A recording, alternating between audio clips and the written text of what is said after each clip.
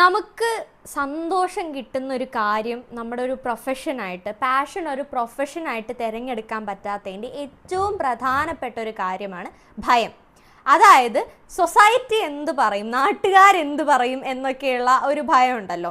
അതാണ് ശരിക്കും പലരെയും അത്തരത്തിലുള്ള ഒരു തോട്ടിൽ നിന്നും പിന്നോട്ട് വലിക്കുന്നത്. അങ്ങനത്തെ കാര്യങ്ങളാണ്.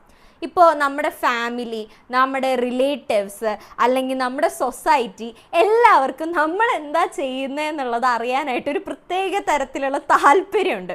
അപ്പോൾ അങ്ങനെ ആ ഒരു താല്പര്യത്തിൻ്റെ അങ്ങേയറ്റം അവർ നമുക്ക് ചെയ്യാനായിട്ട് ആഗ്രഹമുള്ള കാര്യങ്ങളിൽ വന്ന് അഭിപ്രായം പറയും. ഇത് ഇങ്ങനെ ചെയ്താൽ പോരെ, ഇത് അങ്ങനെ ചെയ്താൽ പോരെ, ഇന്ന കാര്യം പഠിച്ചാൽ പോരെ, ഇന്ന കാര്യം ജോലിയായിട്ട് തിരഞ്ഞെടുത്താൽ പോരെ, ഇത് പ്രൊഫഷൻ ആക്കിക്കൂടെ എന്നുള്ള തരത്തിലുള്ള ഒരുപാട് അഭിപ്രായങ്ങളും തീരുമാനങ്ങളും സൊസൈറ്റി എടുക്കും. അപ്പോൾ പലരും ഇത്തരത്തിലുള്ള സൊസൈറ്റിയുടെ പറച്ചിലുകളിൽ വീണു പോകുന്ന ആൾക്കാരാണ് കൂടുതലുള്ളത്. അതുകൊണ്ടാണ് പലർക്കും അവരുടെ പാഷൻ ഫോളോ ചെയ്യാൻ ആഗ്രഹം ഉണ്ടായിട്ടും അവർ ചെയ്യാത്തത്. ഈ ഒരു ഭയമാണ് അവരെ കൊണ്ടത് ചെയ്യിപ്പിക്കാത്തത്. പക്ഷേ എന്താണ് പ്രശ്നം എന്ന് വെച്ച് കഴിഞ്ഞാൽ, ആളുകൾ നമുക്ക് സജസ്റ്റ് ചെയ്യുന്നത് ഏറ്റവും സ്ഥിരതയുള്ളതും ഒരു ലോങ് ലാസ്റ്റിംഗ് ആയിട്ട് എന്നും ചെയ്യാനായിട്ട് പാകത്തിലുള്ള ഒരു ജോലിയായിരിക്കും നമുക്ക് സജസ്റ്റ് ചെയ്യുന്നത്. ഒരു എംപ്ലോയി ആയിട്ടിരിക്കാനായിരിക്കും നമ്മളെ പ്രേരിപ്പിക്കുന്നത്.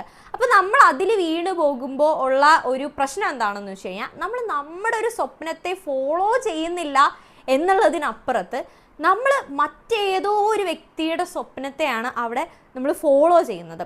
അപ്പോൾ ഇതിൻ്റെ ഒരു പരിഹാരം എന്താണെന്ന് വെച്ചാൽ വളരെ സിമ്പിളാണ്. അവർ പറയുന്നത് നമ്മൾ അത്രയ്ക്കും വക വെക്കാതിരിക്കുക.